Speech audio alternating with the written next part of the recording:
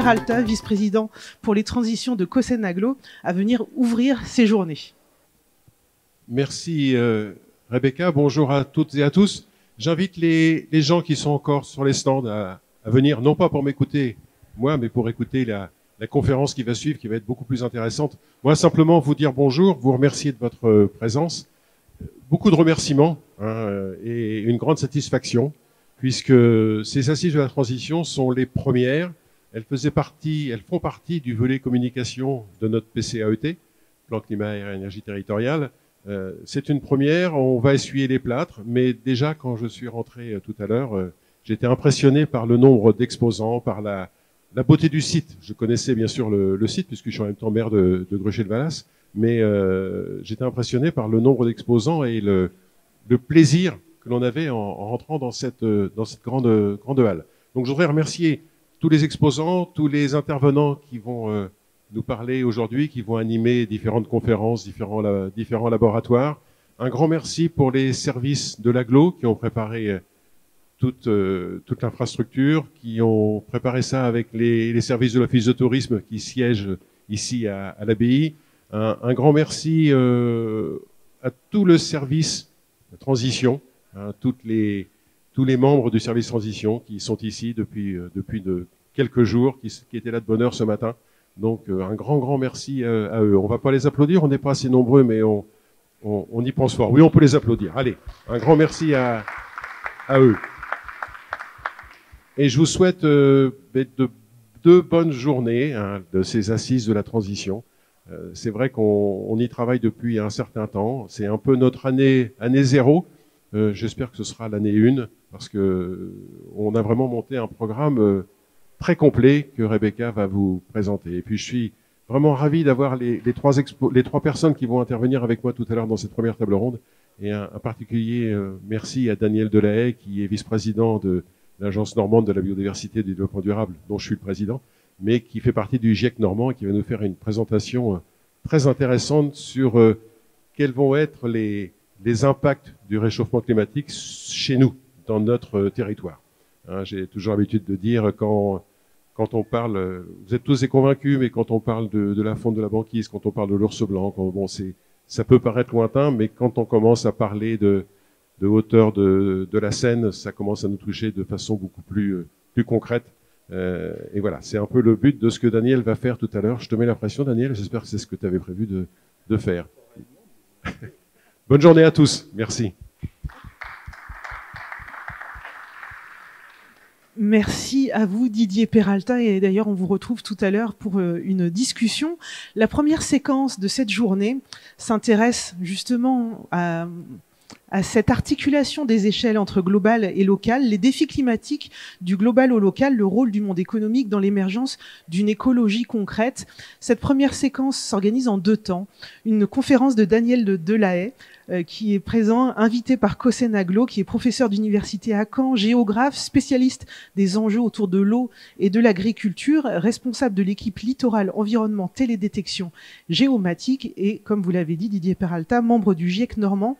Une conférence pour comprendre justement ces impacts déclinés à une échelle locale, et ensuite une discussion avec d'autres invités, Gaël Derive et puis également Jean-Marc Bouillon. Donc je vous laisse avec Daniel Delahaye et on se retrouve ensuite pour la discussion.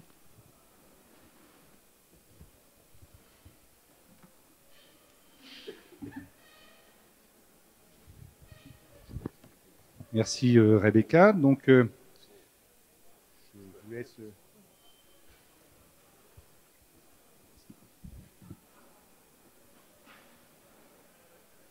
Oui, donc je vais vous faire une présentation d'une partie des travaux du GIEC. Alors, ce GIEC normand, c'est un groupe qui a été constitué à l'initiative de la région Normandie. Il en existe 2 en France. Il y en a une en Aquitaine et puis un en Normandie. Donc, qui s'appelle un peu pompeusement le GIEC normand, mais qui regroupe je dirais entre 20 et 30 experts. Là, c'est 23, il y a même 24 photos, et je dirais qu'aujourd'hui, il y a même 26 personnes qui travaillent sur ces questions-là, qui regroupent des scientifiques, principalement normands, et puis aussi des personnes qui viennent du Conservatoire du Littoral, de la Chambre d'agriculture ou encore du CEREMA, donc des différentes personnes qui ont des choses à dire sur cette question du changement climatique. Vous voyez aussi Jean-François Ouvry sur les questions d'agriculture.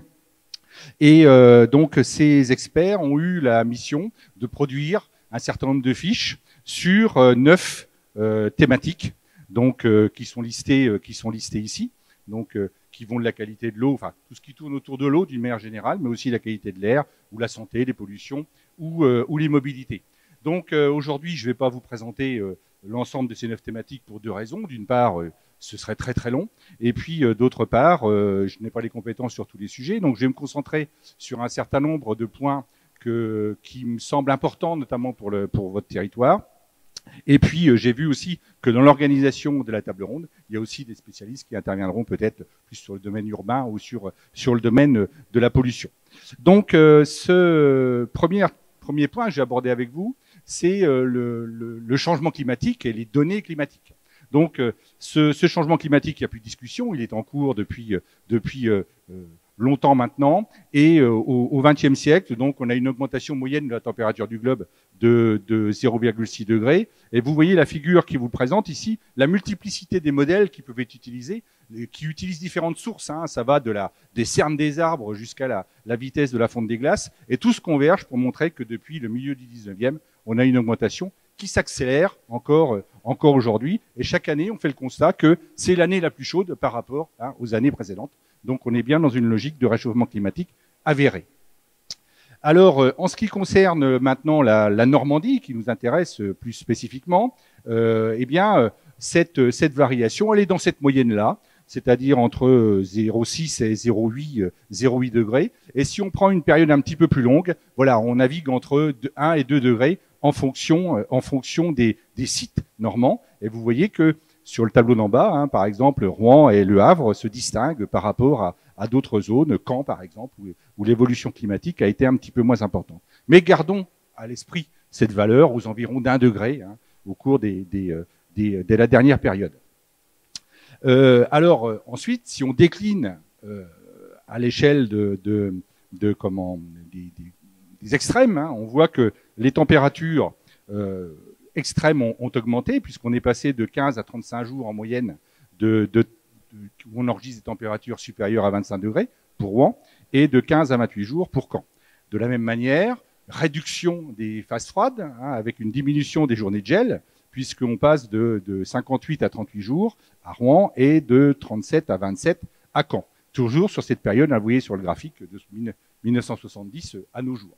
Donc c'est avéré, on mesure déjà les choses.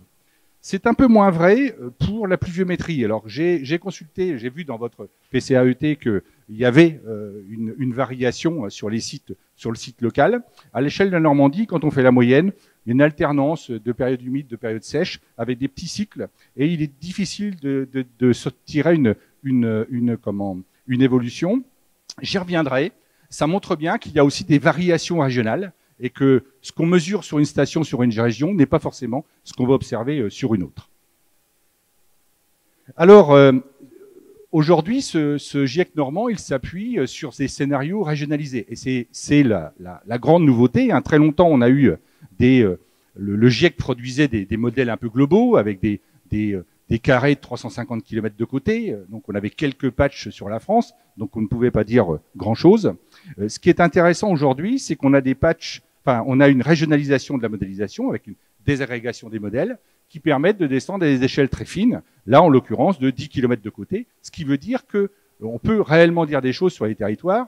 Et ça, c'est un point qui, à mon sens, est vraiment fondamental parce que ça permet aussi, et c'est la réunion d'aujourd'hui en est l'expression, ça permet aux collectivités locales de s'emparer vraiment de cette question, puisqu'ils ont des données chiffrées, y compris à des échelles très fines. Et puis, on a toujours ces scénarios, alors là, c'est déjà plus ancien, avec le fameux le RCP 2.6, c'est en gros, on met en œuvre des politiques de réduction des émissions des gaz à effet de serre, et on arrive à contenir l'évolution des températures. Et puis le scénario 8.5, qui est on continue à faire comme on a toujours fait, et c'est un peu le scénario le plus pessimiste. Et puis des scénarios intermédiaires, évidemment. Donc armés de tout cela, les climatologues ont pu nous produire des modèles un peu régionalisés sur l'évolution du climat. Alors tout d'abord, les températures moyennes. Alors, si on prend le scénario 2.6, l'évolution est assez limitée.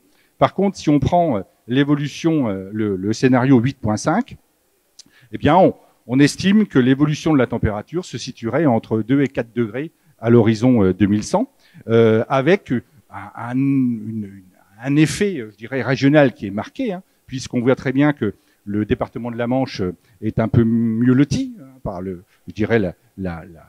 l'effet maritime, hein, qui le protège un petit peu. Et au contraire, plus on va vers les terres et on va s'éloigner de la mer, plus ces variations vont être importantes. Donc, premier point, une évolution du climat, de la température qui peut être importante. Alors, c'est valable également pour les extrêmes, par exemple pour la chaleur. Donc, sur les jours qui sont supérieurs à 25 degrés, eh bien, on voit que dans un scénario optimiste, on serait à plus une dizaine de jours. Par contre, sur les scénarios pessimistes, on peut passer de plus 20 à plus 40 jours. Donc, c'est vraiment une multiplication des jours de forte chaleur qui vont impacter, là, clairement, l'ensemble des activités et l'ensemble de l'environnement. Alors, cette variation, elle est très régionalisée, hein, puisque si vous prenez le tableau à droite, hein, on voit que sur certains, dans le domaine continental, on peut avoir des évolutions très importantes, hein, avec des jours qui tendent vers les 40 jours sur des points comme Évreux, Alençon ou Préau. Et puis par contre, des choses, Cherbourg, Le Havre, Dieppe, qui vont être beaucoup plus faibles. Donc là, il y a un effet encore marin qui est marqué sur cette évolution du climat. L'autre point qui va nous intéresser, c'est les précipitations, évidemment. Alors là, on a aussi une évolution qui est très importante. Hein. Vous voyez que sur le scénario le plus pessimiste, on peut avoir un déficit qui est de l'ordre de 4 à 15% de la pluie annuelle. Donc, ça, c'est, je dirais, certes, c'est une observation qui traduit clairement un déficit. Par contre, on reste dans des gammes, hein, qui ne sont pas très très importantes.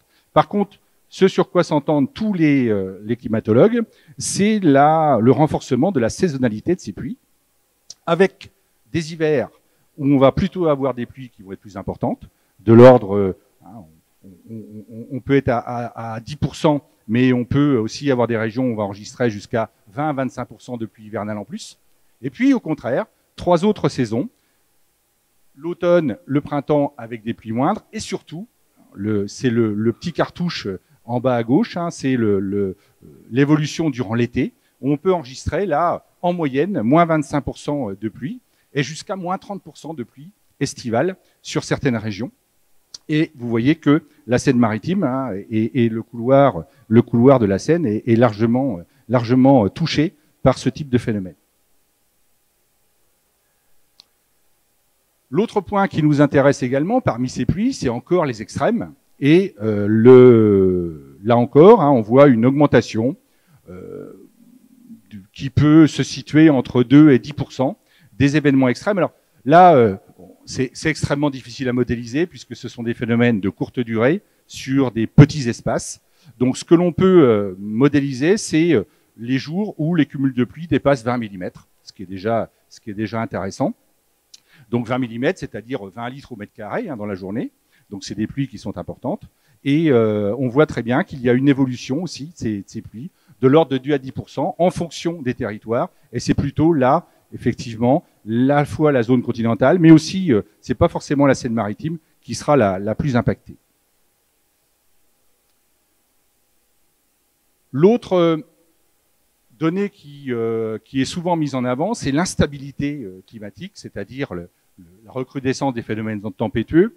Et là, objectivement, les données des modèles ne donnent pas de résultats. On voit la courbe verte, c'est le scénario 2.6, la courbe rouge, c'est le scénario 2.5. À l'horizon 2100, on voit qu'il y a des cycles, mais pas de tendance sourde qui se dégage. Donc sur ces phénomènes de tempête, pour l'instant, on n'a pas le matériel, hein, pour être suffisamment précis sur les résultats. Donc, armé de ces connaissances sur le changement climatique, voyons un peu ce que peut nous donner sur le terrain ces phénomènes. Alors, j'aborderai principalement deux questions qui tournent autour de mes domaines de compétences, hein, à savoir l'eau, l'agriculture et les risques hydrologiques. Alors, tout d'abord, des travaux qui ont été proposés par Benoît Léniel et Frédéric Gresselin et Julien Deloffre qui ont proposé un certain nombre de contributions sur la gestion de l'eau. Donc, c'est ces points-là que je vais vous présenter maintenant. Donc, ce qu'on observe depuis maintenant de nombreuses années, disons depuis 10 à 20 ans, c'est une diminution tendancielle des débits dans les cours d'eau qui sont avérés. Et ça, je dirais, la courbe elle est décroissante depuis plus de 20 ans maintenant, et c'est généralisé sur l'ensemble des cours d'eau, donc y compris la Seine. Donc ça, comment on peut expliquer les choses? Il y a deux explications. Tout d'abord, c'est l'augmentation des températures, donc l'augmentation de la demande climatique, et donc l'évapotranspiration qui est plus importante. Et puis d'autre part, ça c'est des choses que vous connaissez bien sur votre territoire, c'est l'augmentation de la demande et de l'utilisation et du pompage de cette eau, donc du circuit, je dirais, anthropique un peu de l'eau, qui toute cette eau ne va pas rejoindre les cours d'eau. Donc c'est la double hypothèse de l'évaporation et des prélèvements qui est retenue pour expliquer cette évolution. Alors, si on regarde aussi l'évolution de la nappe de la Crée, qui est le grand aquifère que l'on va avoir dans le département, eh bien, on va se rendre compte que, suivant les points que l'on prend, c'est assez fluctuant. Il y a des tendances à la diminution sur certaines stations, et puis d'autres à la stabilité. Donc, difficile de statuer sur l'évolution de ces nappes. Donc, ça nécessite là, et je crois que ce travail du GIEC, il a surtout révélé ça, c'est qu'on a une méconnaissance de nos nappes, de nos nappes et de nos aquifères et de nos ressources en eau d'une manière générale. Donc, ça nécessite de verrouiller, je dirais, un peu mieux des observatoires ou des mesures qui permettent de suivre sur le long terme ces évolutions. Sur le bassin de la Seine, l'élévation de la température des cours d'eau, plus 2 degrés, donc ça, c'est, je dirais, validé pour la plupart des cours d'eau. Il y a eu des mesures qui ont été faites donc sur ce bassin. Donc évolution des températures et diminution de 20 et parfois 30% du débit moyen annuel des cours d'eau. Donc ça rejoint ce que je vous disais tout à l'heure. Et quand on prend des projections à l'horizon 2100, alors il y a des projets de recherche et des modèles qui ont tourné, pas forcément portés par le GIEC, mais tous les résultats sont disponibles. Donc ici sur le projet REC6 par exemple, on voit que l'on a 12 scénarios qui ont été testés, désagrégés à l'échelle du territoire Seine-Normandie, et qui montrent que le débit moyen de la Seine, il va baisser vous voyez, jusqu'à moins 30% à l'horizon 2100 par rapport à son débit moyen actuel. Et que toutes les saisons sont touchées, mais notamment, et ce qui se comprend, la saison estivale, puisque je le rappelle, par rapport à la présentation que je vous ai faite tout à l'heure, on a bien à la fois la sécheresse liée aux températures et la sécheresse hydrologique liée au manque d'eau. Donc, on a bien un déficit hydrique important d'alimentation des cours d'eau. Alors, si toujours on utilise ces projections-là pour essayer de voir comment va évoluer la nappe de la Crée, on voit que on va avoir une ressource en eau potable, une recharge des aquifères qui va diminuer. Et aujourd'hui, l'hypothèse qui est faite, mais je dirais, on marche un petit peu sur des œufs là, c'est que en fait cette recharge des aquifères sera à peu près équivalente à la même ordre de grandeur que des prélèvements actuels, c'est-à-dire qu'on serait tout juste à l'équilibre entre la recharge et la consommation. Et puis le niveau piézométrique, il va chuter en certains endroits de manière importante. On le voit sur toute la pointe du Caux.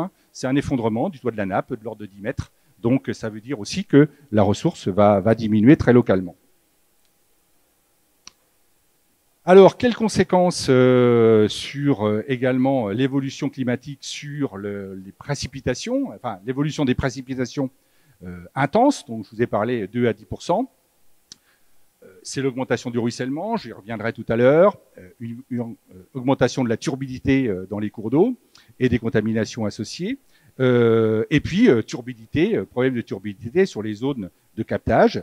Bon, la région est déjà fortement, je dirais, soumise à ces phénomènes de pollution rapide des points de captage ou des nappes, hein, via notamment les bétoirs. Donc, c'est un phénomène qui va clairement se renforcer. Et puis, à côté de ça, des étiages plus sévères sur les cours d'eau. C'est ça le paroxysme d'un climat qui devient de plus en plus, avec un renforcement des saisons, c'est qu'on peut avoir des zones, des moments d'excès extrêmement importants, et puis au contraire, des moments de déficit également très importants. Donc, des étiages sévères avec des problèmes de pollution potentielle par surconcentration et le problème des rejets de stations d'épuration. Ça, c'est un volet qui a été très travaillé dans le cadre de votre PCAET. Hein. C'est vraiment une question qui va devenir importante pour votre territoire.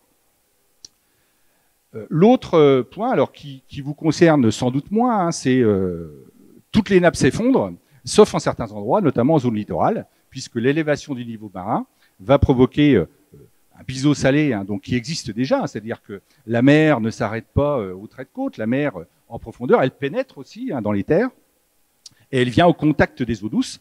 Donc évidemment, l'élévation du niveau marin va renforcer ce contact, et sur les zones côtières, on va avoir à la fois ce renforcement de ce biseau salé, qui va se manifester avec une salinisation de certaines zones, et puis également, ponctuellement, par des effets de débordement de nappes locales, hein, en bordure littorale. Et vous allez voir que ce n'est pas qu'en bordure littorale, je vais y revenir. Alors, là aussi, précipitation des pluies intenses, donc peut provoquer des crues de rivière importantes à certains moments de l'année, des remontées de nappes ponctuelles, notamment de nappes alluviales locales.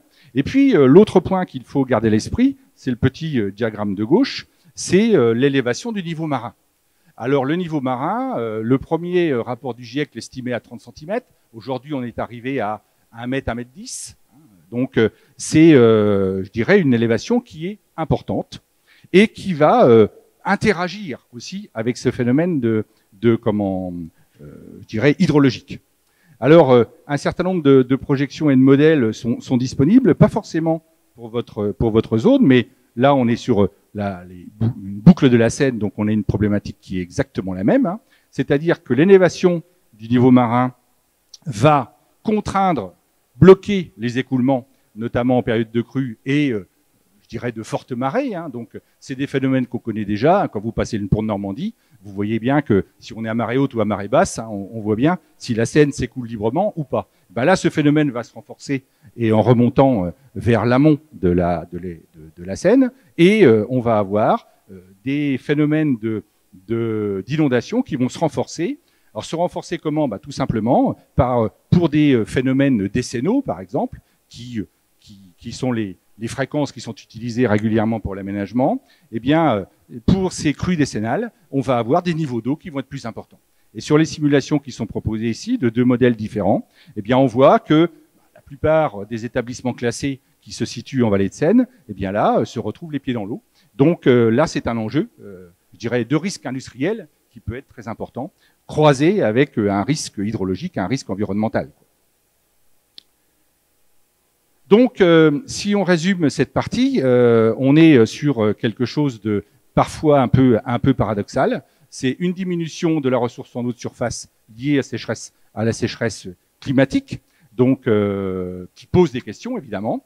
Une dégradation de la qualité de l'eau associée à ces sécheresses, mais également associée à des pluies plus violentes et avec des totaux journaliers plus importants, on peut avoir des inondations qui sont aussi plus fréquentes. Donc, on a le double phénomène, hein, de la rareté, du déficit, et puis aussi de l'excès. L'autre point que je voudrais aborder ici, c'est la question des sols, l'agronomie, de l'agriculture, qui est un enjeu important pour la région et pour votre territoire également. Tout d'abord, l'enjeu du sol. On en parle peu. Hein, on en parle peu du sol. Ça fait longtemps qu'on parle de l'eau, hein, sur la qualité des masses d'eau. Le sol, c'est un peu le parent pauvre. On l'a jamais patrimonialisé. il est un peu utilisable, corvéable à merci. Dans les faits, c'est une ressource environnementale qui est, je dirais pas non renouvelable, parce qu'il se forme un peu de sol tous les jours, mais à vitesse très très lente. Donc une ressource très peu renouvelable, dont la gestion durable est extrêmement importante, puisqu'elle est au cœur, hein, à l'interface entre beaucoup de composantes de l'environnement et des activités humaines. Donc les enjeux autour de ce sol sont extrêmement importants. Et puis en plus, c'est d'autant plus intéressant de travailler là-dessus en Normandie que nous avons une mosaïque de sol à peu près très originale, à peu près unique en France, hein, liée, alors je m'attarderai pas sur ce point, liée au contexte géologique très particulier, qui fait qu'on a des sols minces, des sols épais, des sols riches, des sols pauvres, et de toute nature. Alors vous êtes plutôt vernis dans la région, puisque plutôt des sols très épais, très fragiles, mais très épais, donc d'excellente qualité, mais également très sensibles à de nombreuses dégradations. Alors, rapidement sur cette diapo aussi, pourquoi l'agriculture? Parce que voilà, c'est une ressource importante et un secteur économique très important pour la région, et avec, on l'oublie peut-être un peu parfois, une agriculture qui aussi est assez originale, puisqu'on a à la fois un élevage très spécialisé, mais aussi qui produit des appellations de grande qualité, et puis des filières qui sont uniques en France, hein, donc qui méritent quand même d'être soutenues et qui méritent d'être ce travail, je dirais, cette question autour du sol mériterait d'être regardée de près, puisque c'est une activité qui pèse lourd dans l'économie normande. Alors, je vous disais des sols extrêmement variés, mais des sols qui sont sensibles. Et vous avez cette petite carte au centre, là, qui vous montre que la Seine-Maritime est reconnue depuis longtemps, sans doute comme le département où les sols sont les plus sensibles, sans doute les plus sensibles de France, à un phénomène qui est le phénomène d'érosion des sols. C'est les petites photos que vous avez sur la droite, qui vous montre ce travail de l'eau, hein, avec le transport du sol. Et petit à petit, nos sols s'en vont sous l'effet de cette circulation du ruissellement. Ça a des impacts. C'est la photo du bas, c'est-à-dire ça entraîne des pollutions des cours d'eau, une dégradation des masses d'eau. Et puis également, quand ce phénomène de ruissellement devient trop important, on peut avoir ce qu'on a sur la photo de gauche, mais j'aurais pu mettre Saint-Romain-de-Colboz, j'aurais pu mettre Douteville, j'aurais pu mettre à peu près pas mal de communes de la Seine-Maritime. Eh bien, c'est des coulées de boue, c'est-à-dire voilà, des dégâts qui peuvent être très très importants sous forme d'écoulements terreux, chargés en terre, hein, qui vont dévaler sur les communes littorales. Donc, des phénomènes très importants qui existent déjà et à la fois qui touchent la zone en période hivernale, suite aux longues pluies d'hiver, et puis également suite à des orages de printemps. Donc on a à peu près tous les types de phénomènes, hein, dans la région. Alors, évidemment, si on regarde les données climatiques de départ, on peut se dire, il va pleuvoir plus l'hiver, on aura plus de phénomènes de pluie intense également. Donc, globalement, les phénomènes de ruissellement et d'érosion vont se renforcer. C'est la réalité, il ne faut pas se le cacher, c'est la vérité.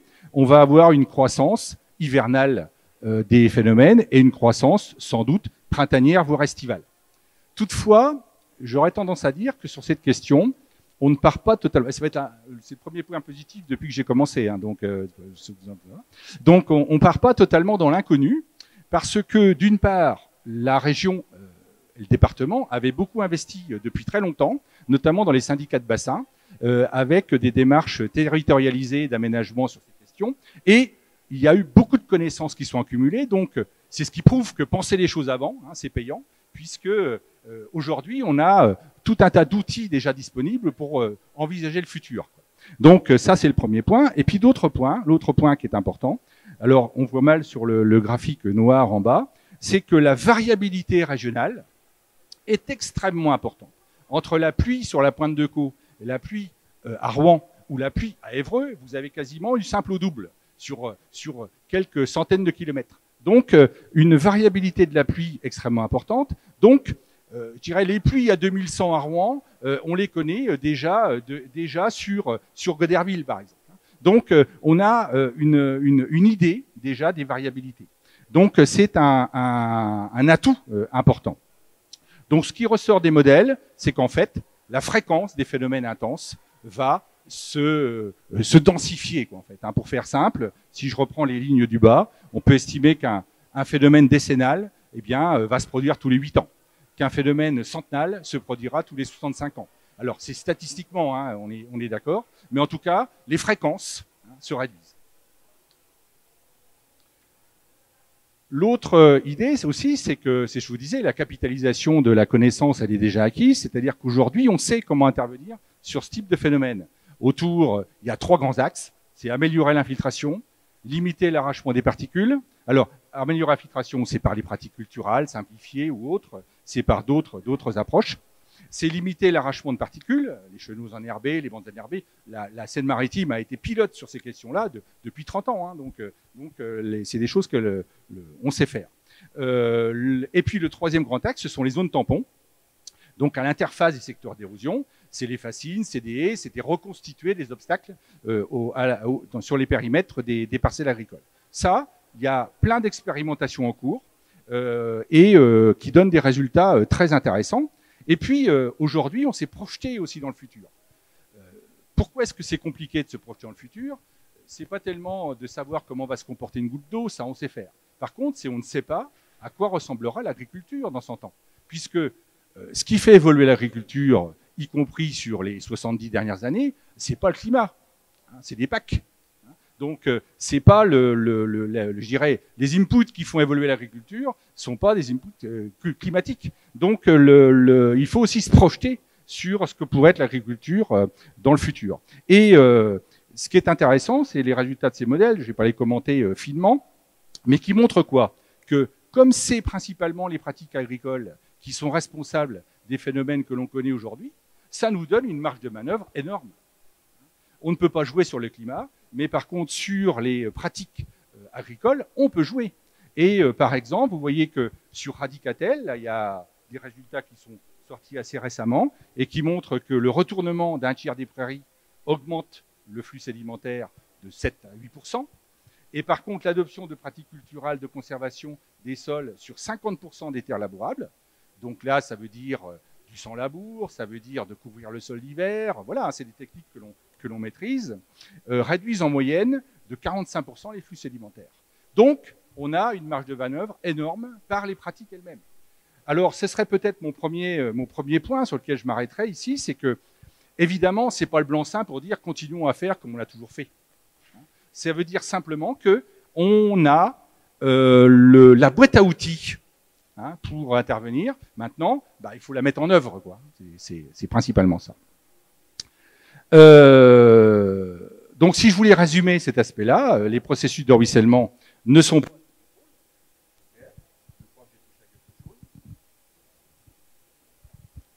Non, ça marche.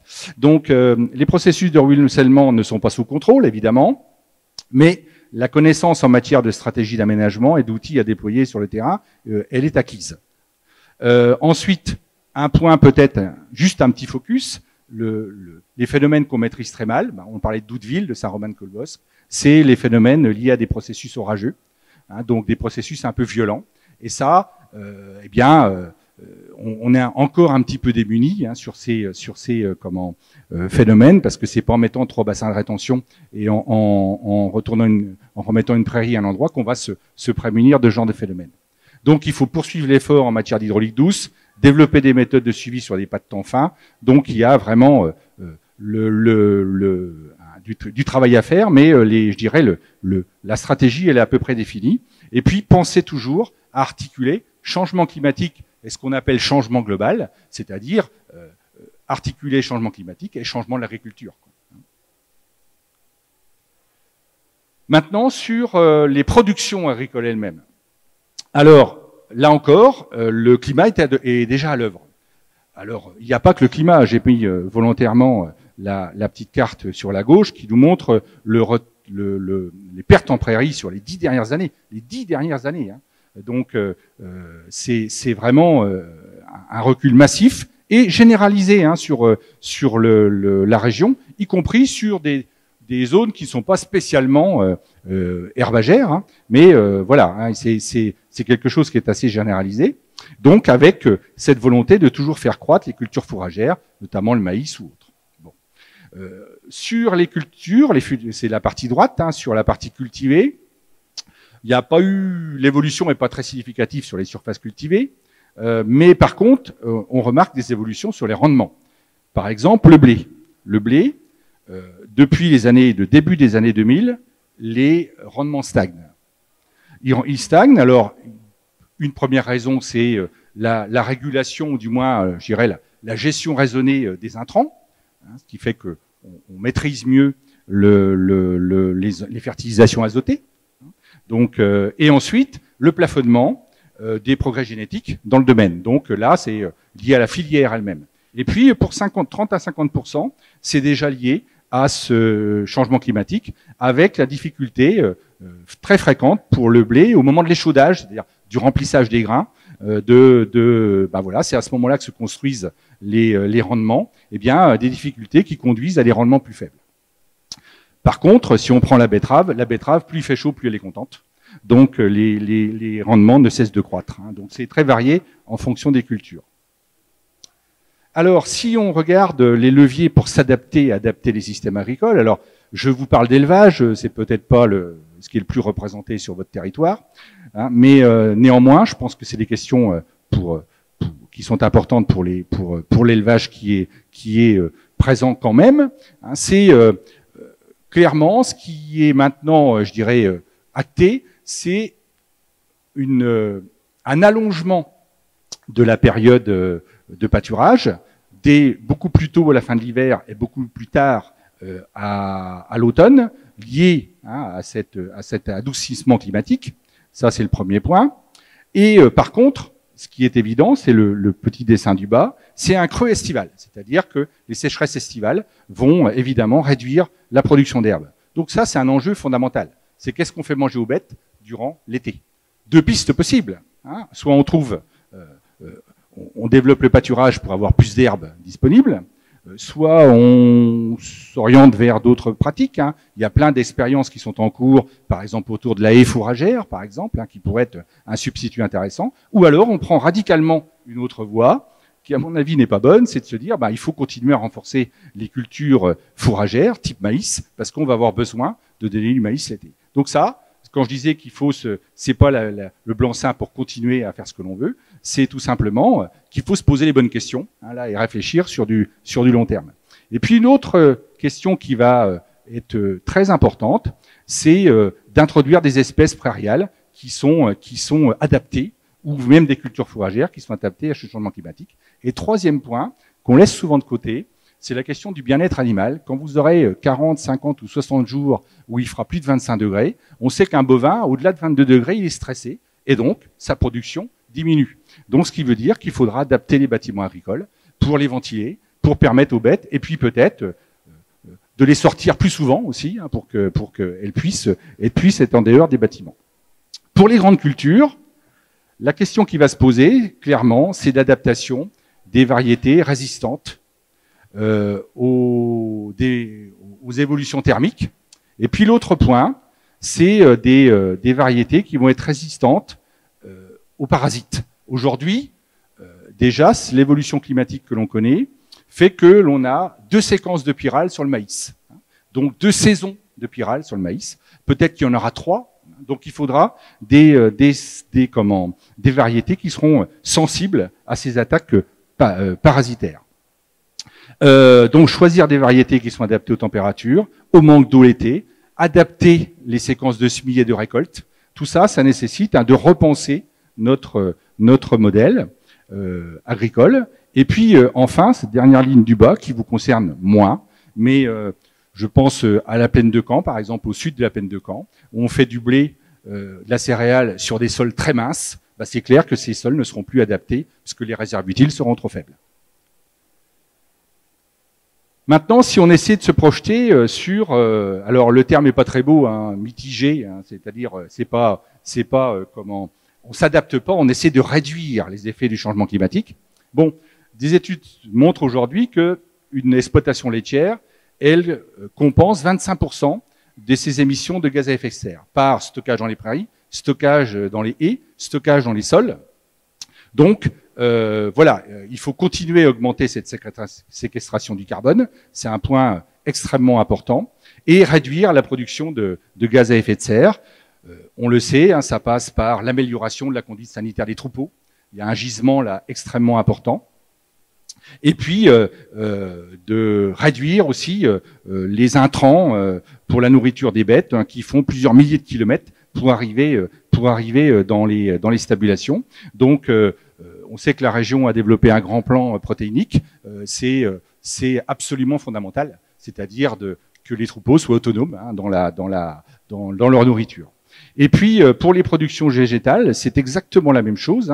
C'est réduire la production de gaz à effet de serre, donc avec la consommation raisonnée d'intrants, qui ont un coût énergétique extrêmement important. Et puis stockage de carbone, y compris dans les cultures intermédiaires, la couverture du sol d'hiver. C'est-à-dire qu'il y a, je dirais, tout un panel de choses à mettre en place qui sont connues aujourd'hui, mais qu'il faut généraliser, en fait, pour essayer d'améliorer cette séquestration du carbone. Et puis, moi, je militerai pour ça. Je sais que la région n'a jamais été une région bocagère, et ça, c'est que le paysage cauchois, il est à peu près le même depuis le 12 et 13e siècle, depuis les grands défrichements. Donc, même s'il y a beaucoup de bois, quand même, beaucoup de bois, et vous avez beaucoup de bois, beaucoup de forêts sur votre territoire également, je pense que l'arbre a toute sa place dans l'agriculture et que c'est un auxiliaire justement de stockage, un puits à carbone extrêmement intéressant. Et aujourd'hui, tout un tas d'études montrent clairement, scientifiquement prouvé, y compris en termes de microclimat, que la haie, l'arbre, n'est pas l'ennemi de l'agriculture moderne, c'est clair. Donc il faut vraiment travailler sur ce point. Et insert que je ferai sur le travail qui a été produit par mes collègues sur la biodiversité. Voici du carte qui vous montre l'aire d'extension du hêtre à l'horizon actuel, à l'horizon 2100. C'est exprimé en probabilité d'occurrence, en probabilité d'être présent.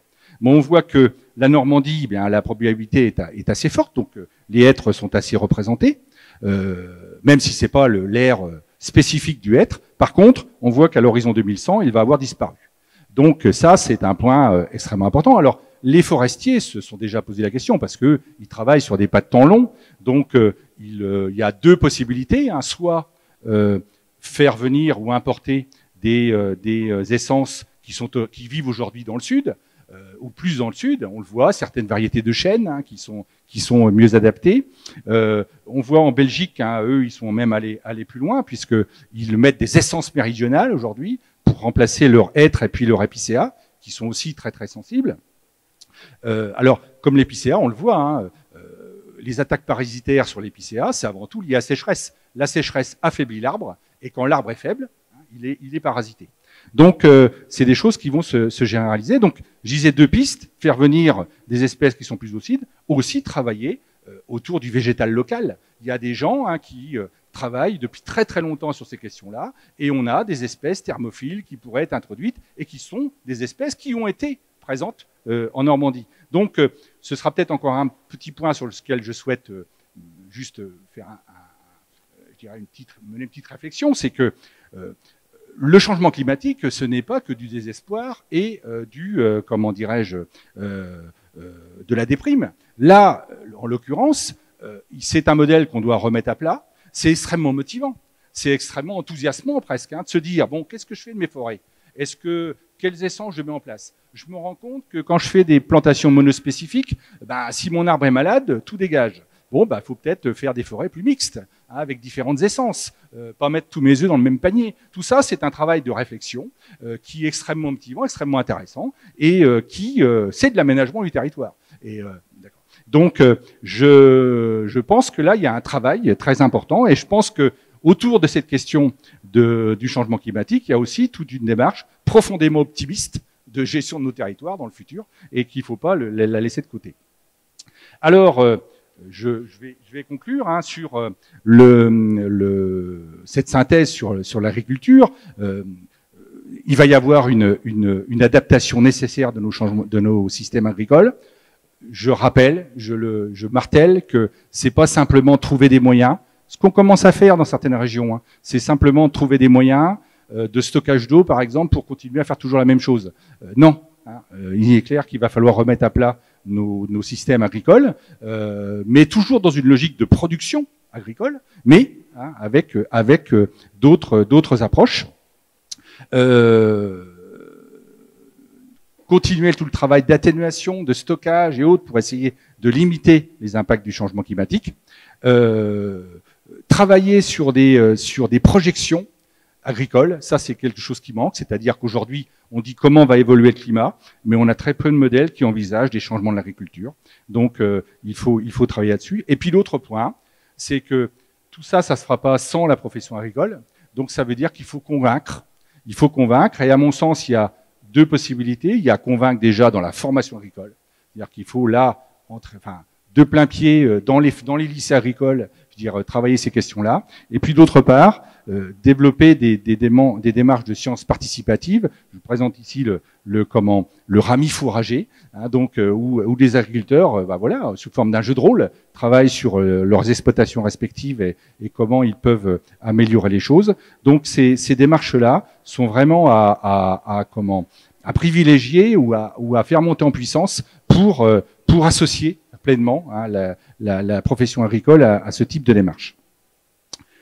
Voilà, j'ai fait un tour rapide, je pense être dans les temps, hein, je crois que j'ai pas été... Donc, merci beaucoup de votre attention. Et puis, alors évidemment, j'ai traité que certains aspects dans le temps qui m'était imparti, et surtout sur mes domaines de connaissances. Mais voilà, je tiens juste à rappeler que toutes les ressources sur les autres 9 thématiques sont disponibles. Il y a eu des fiches qui ont été rédigées sur chaque thème, qui sont des fiches d'une quinzaine de pages, donc assez denses, assez hermétiques, mais où il y a toutes les données. Et puis, il y a eu des déclinaisons sous forme de petits films et autres qui ont été... Et tout ça, c'est sur le site de la région. Donc, c'est mobilisable et c'est fait pour ça, surtout. Voilà. Merci beaucoup. Merci beaucoup, Daniel Delahaye. Restez là parce que vous avez été tellement dans les temps qu'on a le temps pour 1 ou 2 questions. Et il faut pas manquer ce moment. Et je le précise, donc toutes les infos, vous l'avez dit, sur le site de la région Normandie, donc normandie.fr tout simplement. Et vous tapez GIEC Normand, vous aurez toutes les informations. Avez-vous 1 ou 2 questions à poser à Daniel Delahaye ?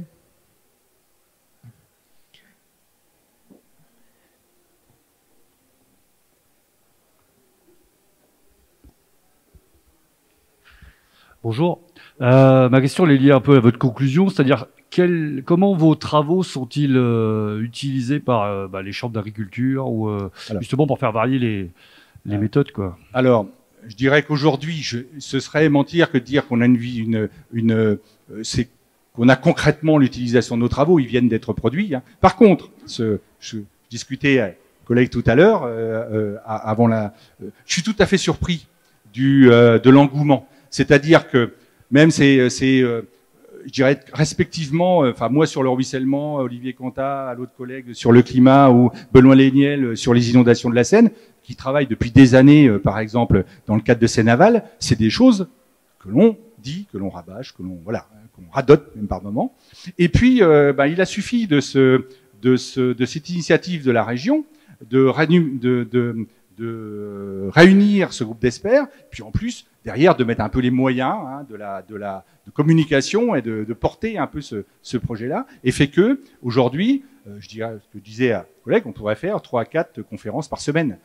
C'est une demande énorme. Et moi, sur le domaine agricole, c'est ça qui me semble intéressant, c'est que nous avons fait des conférences devant les élus déjà à multiples reprises.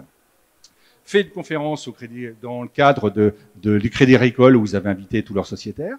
On a fait tous les syndicats agricoles, chambres d'agriculture. Donc en fait, ce qui me semble intéressant, c'est que ça imprègne par tous les angles d'attaque de la profession agricole, et je ne prends que celle-là.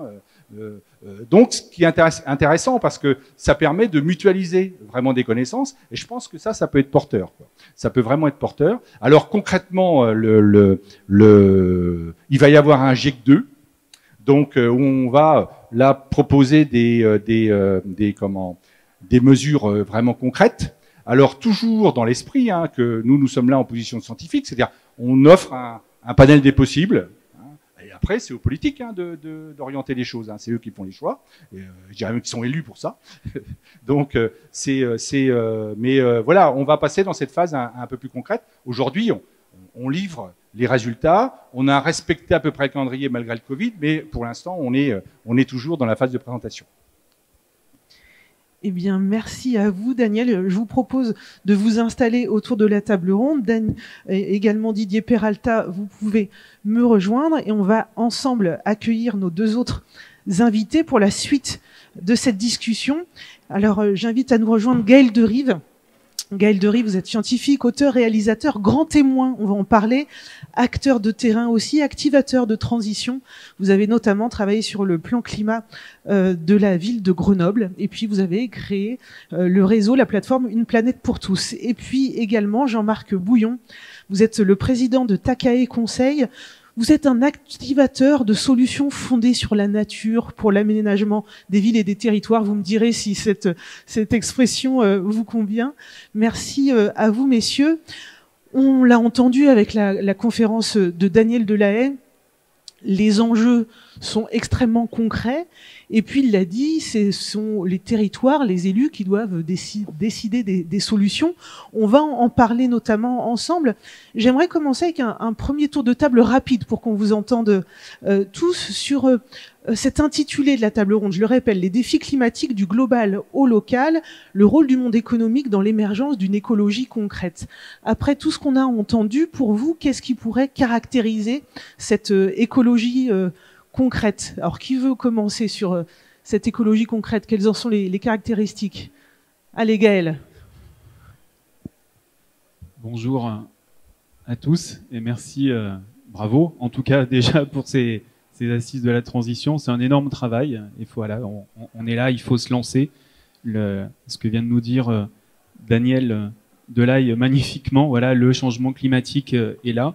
Et les scientifiques, justement cet été, on en parlait juste avant, le rapport de l'IPCC qui est sorti au mois d'août, alors peut-être pas forcément la bonne période pour alerter encore, nous dit très clairement, voilà, qu'il faut agir immédiatement, hein, d'accord. On est déjà à plus 1,1 degré de hausse des températures, 1,5 degré entre 2020 et 2040, et en fonction des scénarios actuels, on peut encore maintenir, et ça c'est la bonne nouvelle, ce que tu nous as dit, Daniel, on peut encore maintenir ce réchauffement en dessous des 2 degrés. Donc ça, c'est vraiment une bonne nouvelle. On peut encore le faire.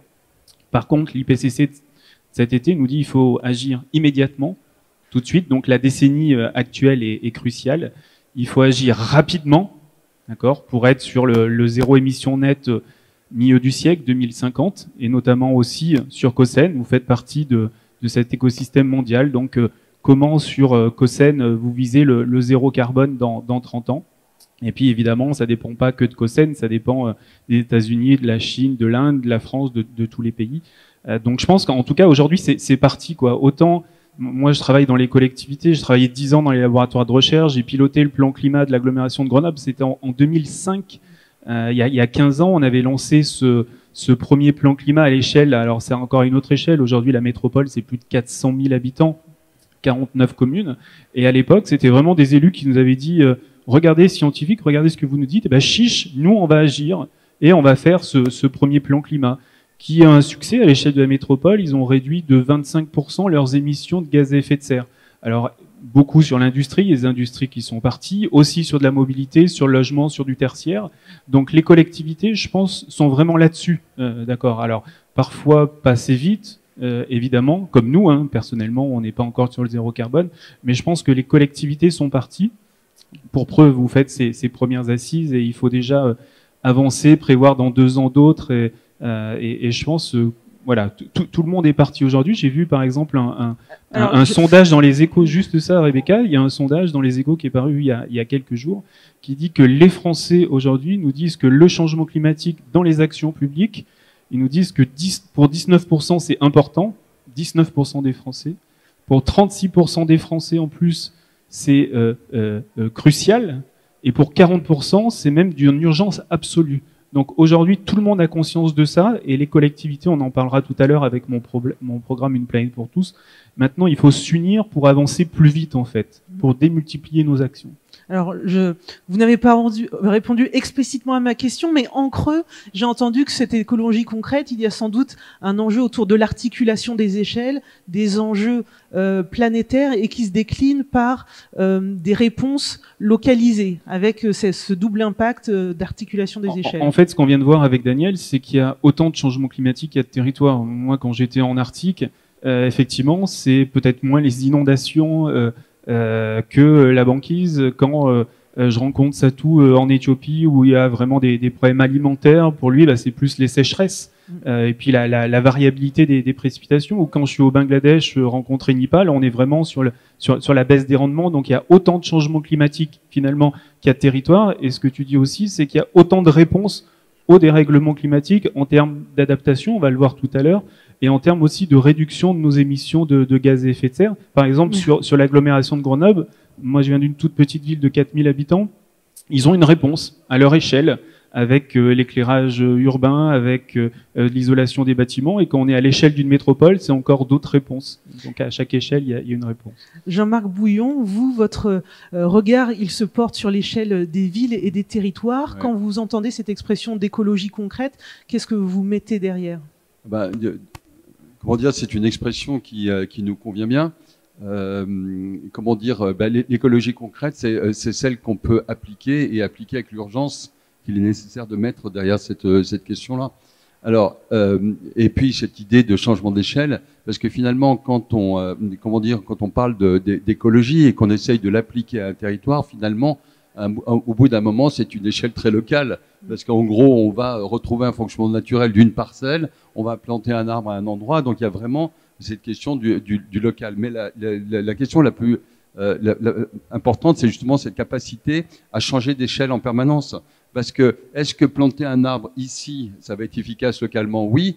Mais est-ce que si on pouvait planter des arbres partout, et combien, et à quel endroit, etc., est-ce que ça apporte des réponses globalement à la hauteur du problème? Alors nous, par exemple, on le fait sur une logique qui est de dire pas d'eau, pas de végétal, donc il faut, et pas de sol. Donc la triptyque, c'est eau, sol, végétal, dans l'autre sens, etc. Donc on essaye de faire des études, nous par exemple, où on va étudier à la parcelle cadastrale le potentiel d'infiltration naturelle des eaux de pluie par des sols ouverts, d'accord, et voir si la concaténation de tout le champ des possibles à la parcelle cadastrale donne une réponse qui est à la hauteur des problèmes hydrauliques d'une commune, et en même temps qu'on a réussi à repérer à l'échelle d'une parcelle cadastrale multipliée par le nombre d'échelles cadastrales, tous les endroits, les possibilités d'infiltration, on a quelque part repéré les endroits où il faut privilégier la plantation. Parce que là, toujours pas d'eau, pas de végétal. Et je crois qu'on en discutait en préparant. Je rappelais une statistique qui dit que en 96, Lyon, la ville de Lyon, qui était une ville précurseur en matière de gestion de l'arbre, qui a inventé un tas de techniques de fosses de plantation avec des mélanges terre-pierre, etc., constatait que en 96, 50% des arbres remplacés chaque année par le Grand Lyon sur son territoire avaient moins de 30 ans. Et seuls 8% avaient plus de 100 ans. Ça veut dire qu'on met les arbres en ville dans des situations un peu désespérées. Et en 96, il faisait moins chaud, on a le droit d'arroser. Que vont devenir les stratégies de végétalisation massive de nos villes, qui 100 000, 200 000, 300 000 arbres, si on n'a pas géré la question de l'eau et du sol avant? C'est une catastrophe. Voilà. Donc cette écologie concrète, c'est ça. Et ce changement d'échelle, c'est ça aussi. C'est on réfléchit, on a des intentions générales, on regarde au local et on concatène l'ensemble pour voir les résultats. On est très aidé aujourd'hui. Moi j'aime bien l'idée que le siècle qui se destine et le système urbain qui en est la conséquence, c'est un système de nouvelle coopération entre la ville et la nature, entre les citoyens et son administration, entre l'eau et le végétal, et entre l'intelligence artificielle et l'intelligence naturelle. Et aujourd'hui, on a la chance d'avoir des outils nouveaux qui nous donnent accès à des diagnostics inédits, la lecture algorithmique des photos aériennes, par exemple, où on lit chaque pixel d'une photo aérienne donnée en open source par l'IGN, donc tout le monde y a accès, nous permettent d'avoir des regards beaucoup plus précis sur la ville, de comprendre, d'avoir des outils de lecture beaucoup plus puissants qui nous permettent de mettre en œuvre des choses que intuitivement on savait mais qu'on avait du mal à prouver. Voilà. On verra d'ailleurs quelques images tout à l'heure. Ouais. Didier Peralta, pour vous, donc je le rappelle, vous êtes vice-président en charge des transitions. Des transitions, le pluriel est important. L'écologie concrète pour un territoire comme le vôtre, c'est sans doute, ça passe notamment par l'élaboration d'un plan climat, air et énergie pour le territoire. Qu'est-ce que ça change entre des actions d'écologie avant et lorsque l'on passe par un plan climat? Notre PCET reprend un grand nombre d'actions, beaucoup de fiches actions, mais je voudrais revenir sur ce que disait Daniel tout à l'heure. Le GIEC, Daniel Delay, le GIEC a servi à à donner des pistes. Les scientifiques donnent des pistes. Ensuite, c'est aux politiques, c'est aux élus de prendre les choses en main. C'est ce que l'on a essayé de faire sur notre territoire, c'est ce qui se fait dans de nombreux territoires. Les scientifiques nous donnent la ligne, les décisions, c'est les politiques qui doivent les rendre. Et moi, je constate que ces positions se voient de plus en plus souvent dans tous les territoires, et notamment chez nous. Par l'élaboration du PCAET, par un certain nombre d'engagements, territoire 100% énergie renouvelable, par le territoire engagé pour la nature, enfin toute une série de mesures que l'on a mis en place, mais qui ne sont pas que des choses pour se faire plaisir. Ce sont des choses qui vont être évaluées au fil du temps. C'est-à-dire que les politiques doivent vraiment prendre les choses en main pour appliquer ce que les scientifiques nous conseillent. Par rapport à notre territoire, qui est un territoire pas essentiellement, mais très industriel, je salue Jean-Marc Vasse, là, qui tape sur le téléphone, mais qui écoute d'une oreille, qui est le président de Cosen Développement. Et Cosen Développement, c'est l'agence de développement économique de Cosen Aglo qui a les rapports avec tout le monde économique. Et Dieu sait que c'est important. Et au sein de Cosen Développement, on a créé un service qui s'occupe d'économie circulaire, qui s'occupe d'environnement, et on a le contact avec les entreprises en permanence. Et quand Daniel, tout à l'heure, disait, pour répondre à une question, que le problème écologique est de plus en plus regardé par les agriculteurs. Daniel est très demandé auprès des agriculteurs. On fait des conférences auprès des chambres d'agriculture. On sent que maintenant qu'il y a une écoute. C'est pareil pour l'entreprise. C'est un travail de longue haleine, de convaincre, mais de plus en plus, le terrain est fertile. C'est-à-dire que quand on parle à une entreprise qui a des obligations par la RSE, par exemple, quand on parle environnement, on est écouté. Et ça commence à rentrer. On a des exemples sur le territoire qui ont été mis en place par des grosses entreprises et ça vient de plus en plus. On n'est plus regardé maintenant en disant qu'est-ce qu'ils vont encore nous embêter, pour pas prendre un autre mot, avec leurs problèmes environnementaux. Maintenant, on est écouté.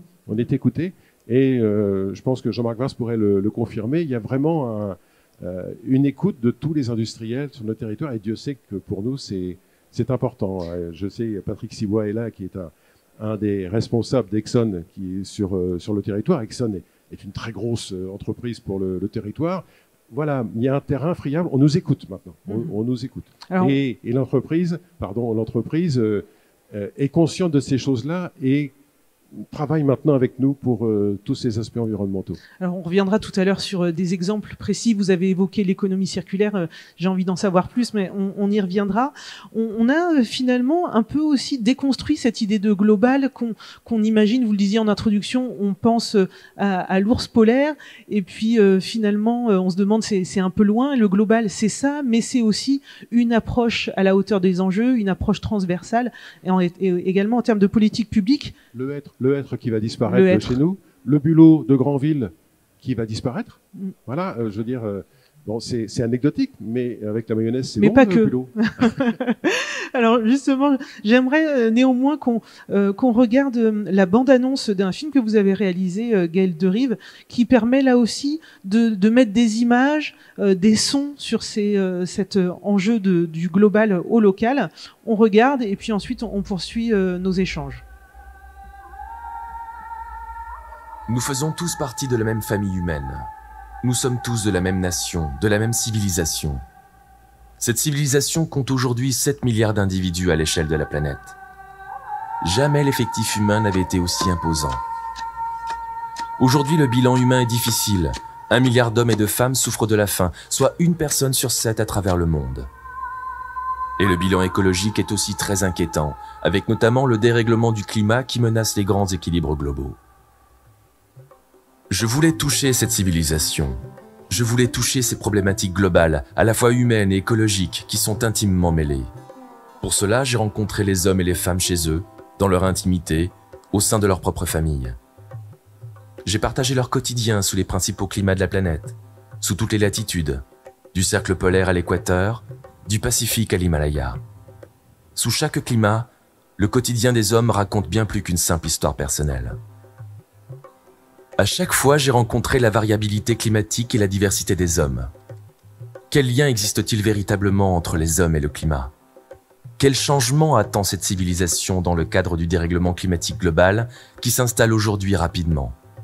À hauteur d'homme, le présent parle déjà de l'avenir.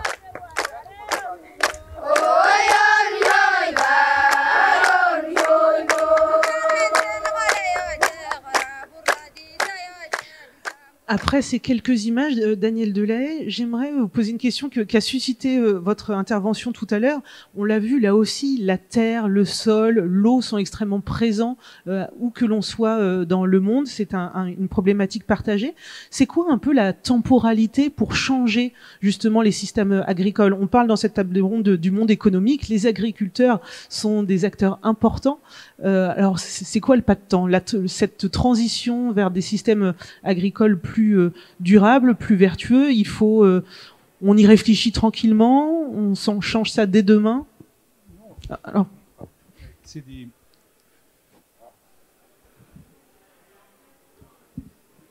Oui, l'évolution, elle peut être très très rapide. Hein. Aujourd'hui, il y a dans notre région, il y a des expériences qui sont en cours depuis déjà longtemps et qui donnent des résultats. Je vais donner quelques-uns là. Donc, je dirais cette transition, elle est déjà à l'œuvre. Elle est déjà à l'œuvre.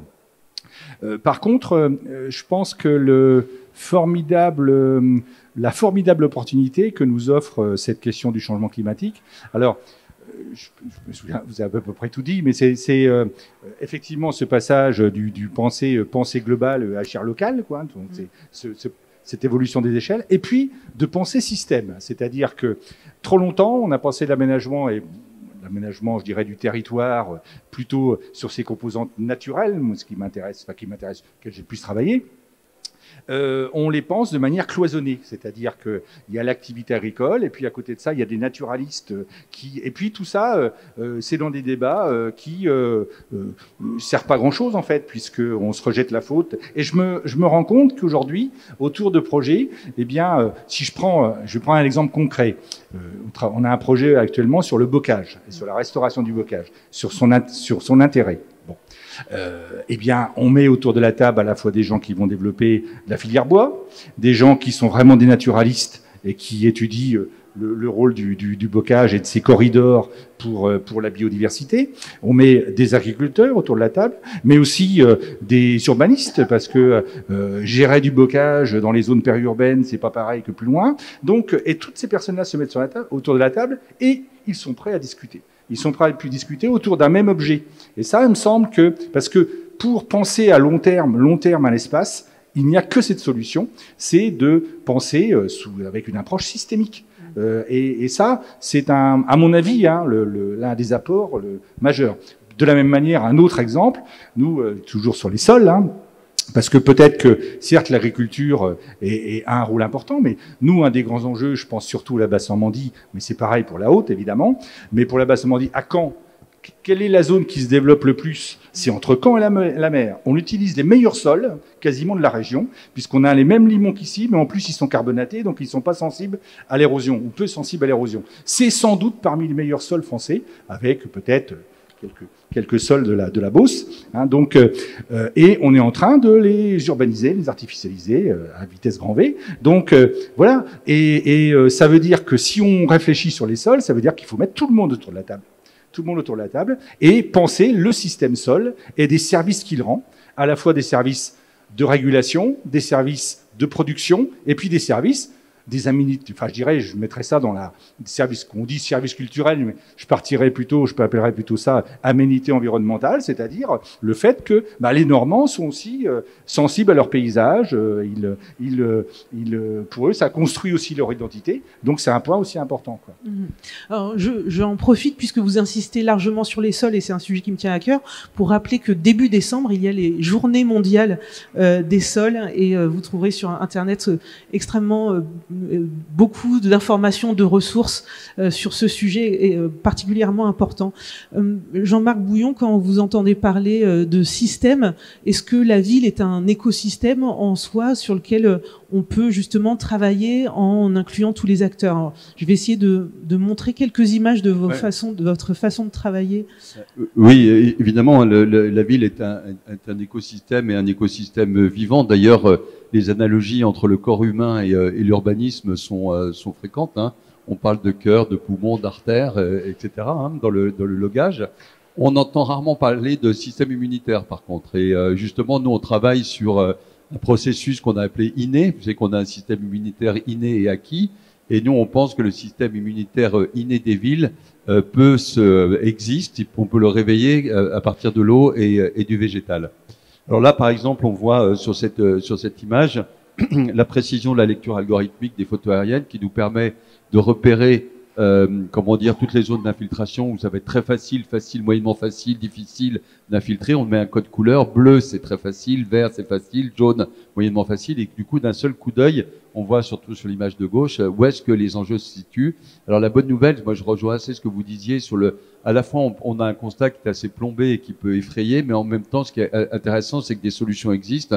Et je pense que nous on a tous intérêt à la fois être conscients du constat et offrir des solutions, des perspectives pour qu'on reparte avec envie de faire les choses. Alors si on revient à l'image juste d'avant, peut-être ce qui est intéressant, c'est que quand on concatène tout le bleu, le vert et le jaune, où c'est très facile, moyennement facile, il y a 70% des parcelles cadastrales d'une ville qui sont réversibles.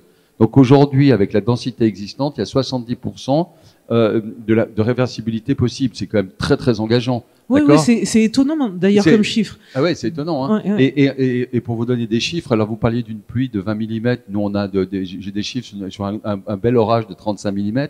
Le système urbain, ça c'est la ville de Blois, intercepte 340 000 m3 par pluie d'orage, qui donc ne va pas dans le sol puisqu'elle part dans nos tuyaux. 340 000 m3. Alors qu'est-ce que c'est 340 000 m3? On sait que c'est beaucoup, mais qu'est-ce que c'est? C'est 7 minutes de la Loire. C'est comme à chaque fois qu'il pleut un orage, on soustrait 7 minutes de la loi. Mais ce que cette image Donc ce qu'il faut entendre, finalement, c'est qu'on se prive des bénéfices de cette eau qu'on envoie dans les réseaux d'assainissement. Mais on fait bien pire que ça, parce que cette eau qui est une ressource essentielle, nous venons de l'eau et du végétal, et la ville, l'eau est l'ennemi de la construction, le végétal un accessoire. C'est quand même assez fou le système. Hein, il faut quand même savoir que donc on pourrait réinjecter 170 000 m3 dans l'eau, mais notre système hydraulique, non seulement il dessèche la ville, il soustrait l'eau du sol, il altère la ressource, mais en plus pour y arriver, vu les quantités qu'on tombe, on l'accélère et on transforme une ressource en danger. Parce que quand vous avez mis en mouvement 1 m3 d'eau, et on parle de 340 000 m3, vous avez mis 340 000 tonnes en mouvement. Et quand vous voyez les dégâts, quand on était gamin et qu'on voyait un article sur les importantes tempêtes de la veille, on fait des dégâts, etc., on regardait tout de suite les toits, parce que c'était les toits qui s'embarquaient normalement. Et là, quand on a le même article, c'est le socle urbain qui s'arrache. C'est le sol qui part, c'est nos tuyaux, etc. Donc c'est quand même assez dramatique. Et alors cette image est intéressante aussi, parce que vous voyez qu'il y a deux photos. Il y a une photo de gauche où on voit il y a beaucoup de couleurs, et la photo de droite, il y en a beaucoup moins. Mais qu'est-ce que c'est la photo de droite? La photo de droite, c'est le domaine public. Donc la photo de gauche. C'était la question que j'allais vous poser. Ces 70%, ils sont où? Eh ben oui, parce que ils sont principalement dans le domaine privé de la ville, dans le domaine cadastré. Alors c'est pas que de la propriété privée, ça peut être de la propriété publique à usage privé comme un collège, un lycée, mais c'est le domaine cadastré. Donc certes, les élus doivent prendre les décisions, tout à fait d'accord, mais il faut que tout le monde s'y mette, parce que le potentiel d'infiltration de la partie gauche de la photo, c'est 170 000 m3 qu'on pourrait rendre au sol. Et la partie droite, c'est-à-dire le domaine public, 20% de nos territoires, c'est 15 000 m3. Donc certes, le domaine public a un rôle d'initiateur, d'exemplarité, de montrer le mouvement, etc. Mais l'enjeu est de 15 000 m3, donc l'enjeu se situe dans les 160 000 m3, c'est-à-dire dans le domaine privé.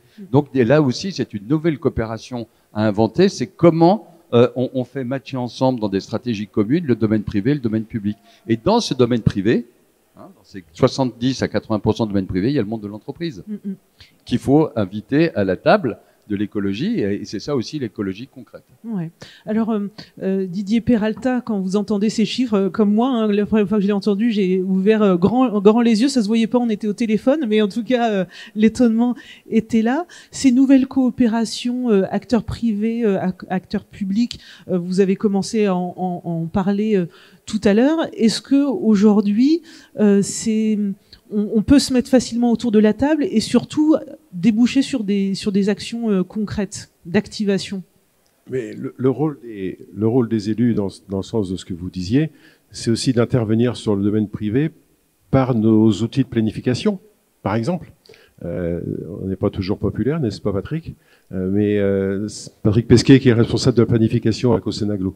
Donc, on est là pour prendre des mesures dans le cadre du SCOT, dans le cadre du PLUI, dans le cadre des règlements que l'on demande aux particuliers d'appliquer. Alors, c'est vrai qu'on n'est pas toujours populaire, mais le rôle des élus, c'est ça. Hein, c'est ça. Avoir un coup d'avance sur les enjeux, si possible. Il y a aussi la conviction, les réunions, il faut convaincre nos collègues, il faut convaincre le particulier, mais il faut tenir bon, et ça passe par la conviction, mais aussi par la réglementation. Et c'est un passage qui est pas toujours évident, mais quand on entend vos chiffres, bah oui, il faut y aller, forcément. Alors il y a la question des sols, de l'eau, du végétal, et puis il y a aussi la thématique énergétique. Je sais que c'est un sujet sur lequel justement là aussi vous arrivez à l'échelle de Cosenaglo à travailler avec les entreprises pour une valorisation. Il y a un exemple, oui, c'est un sujet. L'énergie chez nous c'est primordial, mais il y a un exemple concret. Je pense que c'est à ça que vous faites allusion. On a chez nous une usine d'incinération d'ordures ménagères qui est énorme, qui produit de la vapeur, qui est perdue, c'est l'énergie fatale qui s'en allait. Et on a réussi à mettre en commun cette usine d'incinération avec une autre entreprise qui a besoin d'énergie. Et donc, il y a un échange de vapeur.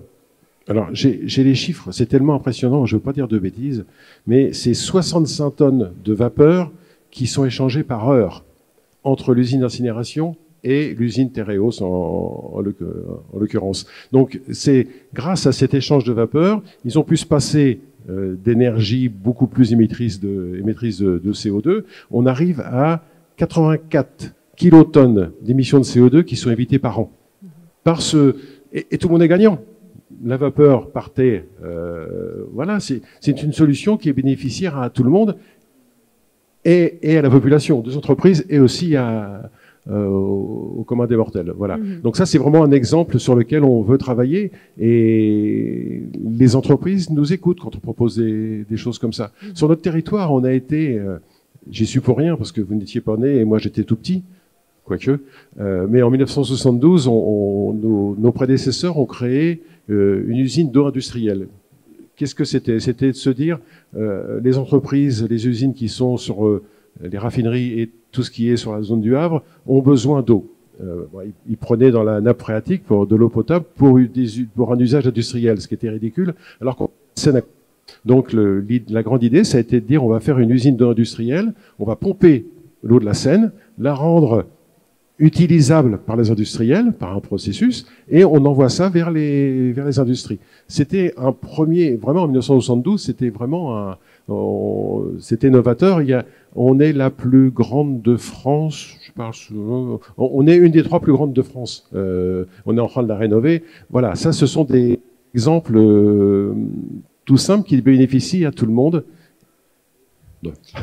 Et ça illustre ces politiques aussi d'économie circulaire, où là aussi, c'est le type de politique où on met tout le monde autour de la table et on peut croiser des regards très différents. Gaël Dery, vous disiez, le plan climat de l'agglo de Grenoble, c'était en 2005, et depuis, même avant, mais depuis, vous suivez tout ce qui s'agite au niveau des territoires. Est-ce que vous voyez réellement, pour de vrai, une vraie vague de mise en mouvement et d'action, de solutions impliquant les acteurs économiques au sens large. C'est vrai qu'ici, vous l'avez dit, Didier Peralta, on est dans un territoire très industriel, mais une collectivité a un acteur économique, l'économie sociale et solidaire sont des acteurs économiques, etc. Oui, c'est vrai que pour nous qui gravitons sur le changement climatique depuis quelques décennies. Le premier rapport du GIEC, c'était il y a 30 ans.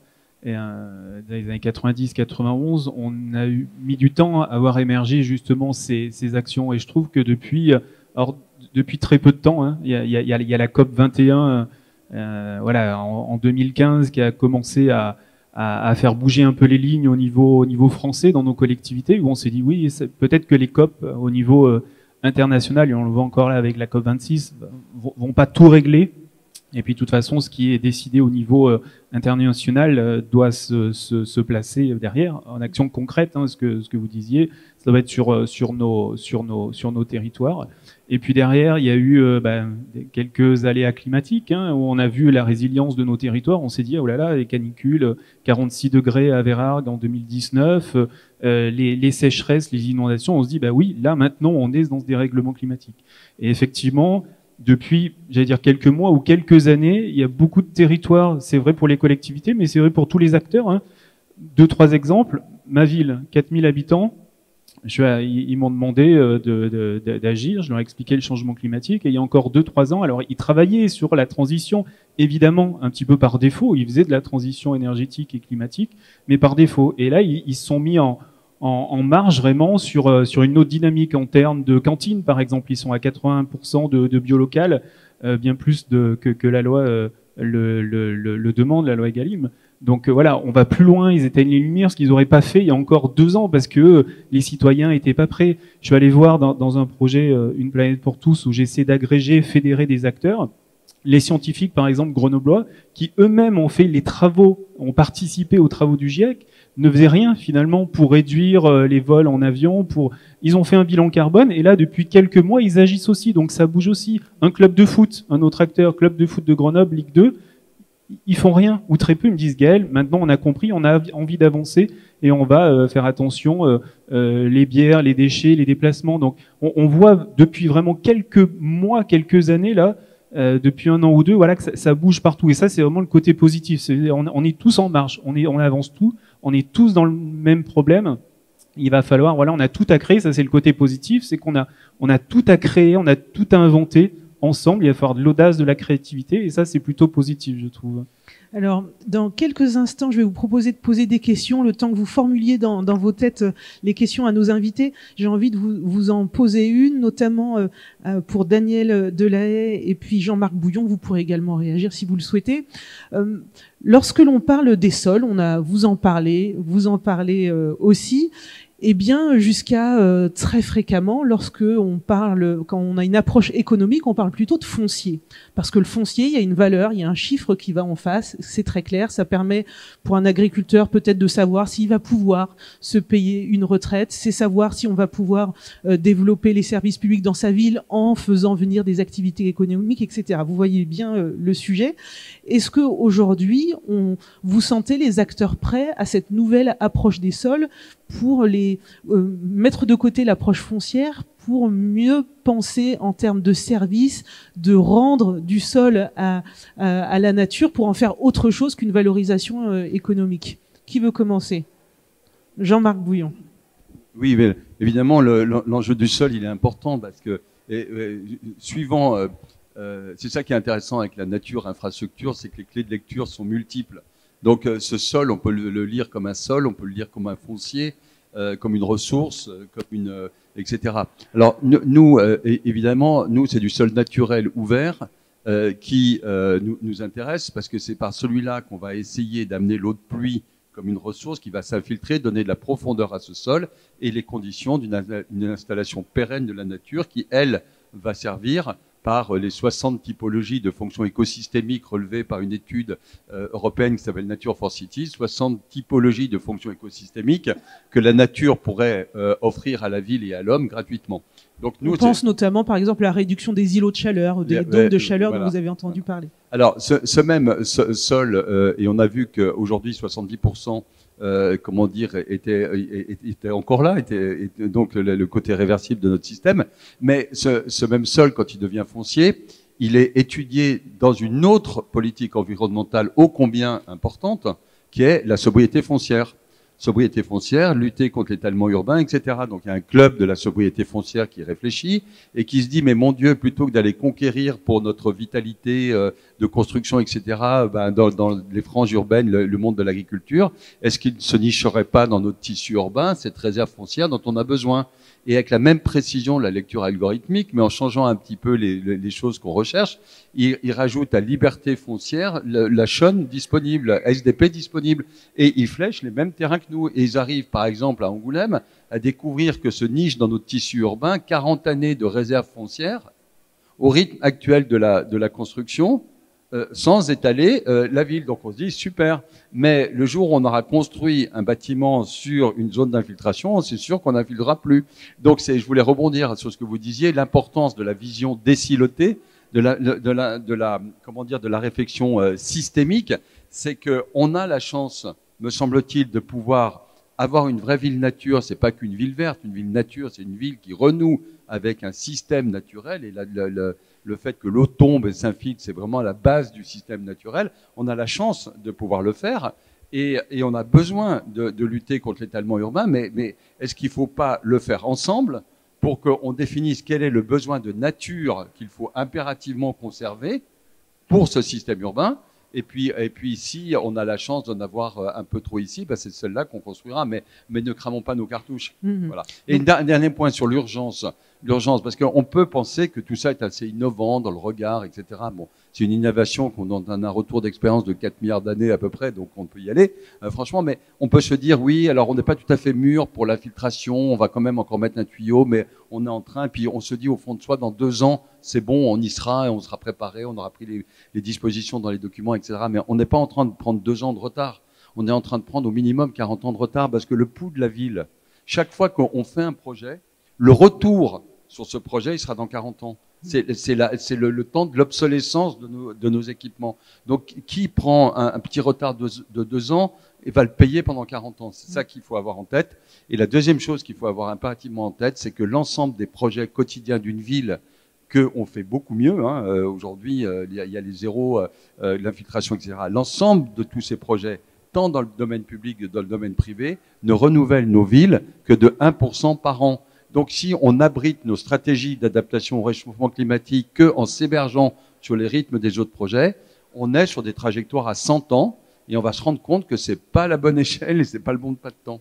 Voilà. Donc, il faut faire des stratégies en soi. D'autant plus que, on le rappelle, la COP26 qui vient de s'achever, on a bien vu que les États n'étaient pas au rendez-vous des enjeux et que les territoires sont peut-être l'échelle qui peut se mettre à hauteur. Daniel Delahaye. Oui. Ça marche, oui. Donc, je suis pas sûr qu'il marche. Oui, votre question, elle est particulièrement intéressante et très difficile. Donc, tout simplement, moi, si je parle des domaines, plutôt du domaine rural, aujourd'hui, quand on observe l'évolution d'un espace, on l'a fait pour plein de régions. Je vais prendre l'exemple qui est un peu loin d'ici, mais qui est sans doute le plus emblématique, c'est le bocage autour de Vire, donc sud du département du Calvados, qui est un bocage avec une activité agricole autour de l'élevage assez intensif. Et depuis longtemps, les paysages ont largement évolué. Et puis, quand on compare les photographies et tout ce dont on dispose, parce que je parlais tout à l'heure, c'est-à-dire qu'aujourd'hui, on a tellement d'informations géographiques précises qu'on peut suivre la parcelle quasiment jour le jour. Donc voilà, on sait exactement ce qui se passe et on voit que les parcelles continuent à s'agrandir, à évoluer, que le paysage y bouge à une très grande vitesse. Et pourtant, il n'y a plus de remembrement, il n'y a plus de grandes opérations foncières, il n'y a plus rien. Donc, quand on regarde, en fait, c'est la concurrence foncière, c'est-à-dire que les exploitations continuent à grandir, et sur un territoire comme le bocage virois, en 10 ans, 50% des parcelles ont changé de main et se sont agrandies en se regroupant. Parfois 2 parcelles, 3 parcelles, 4 parcelles. Donc le maillage, il explose lié à cette compétition foncière. Donc c'est vraiment l'enjeu, enfin vous avez mis le doigt dessus, c'est vraiment l'enjeu majeur, c'est de réussir à faire sortir de cette logique de compétition foncière les agriculteurs. C'est pour ça que je terminais un peu sur ces systèmes de jeu de rôle, c'est-à-dire en les réinvestissant aussi sur d'autres questions, qui sont des questions certes environnementales, mais c'est aussi des questions sur le quid de leur exploitation demain. Et que ce n'est pas en continuant à s'agrandir qu'on obtient un système en équilibre et un système dans lequel on vit bien et on est bien rémunéré. Donc ça, c'est la grande question. Mais effectivement, c'est aujourd'hui l'enjeu, c'est de passer ce cap-là. Qui reste à passer. Vos questions pour nos invités. Vous me faites signe. Voilà, et j'arrive.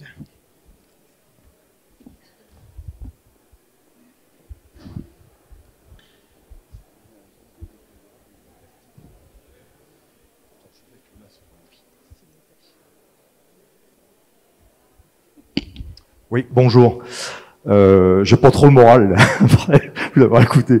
Mais paradoxalement, je suis en même temps optimiste parce que, comme vous le précisiez, il y a des portes à ouvrir et c'est le chemin de tous les possibles.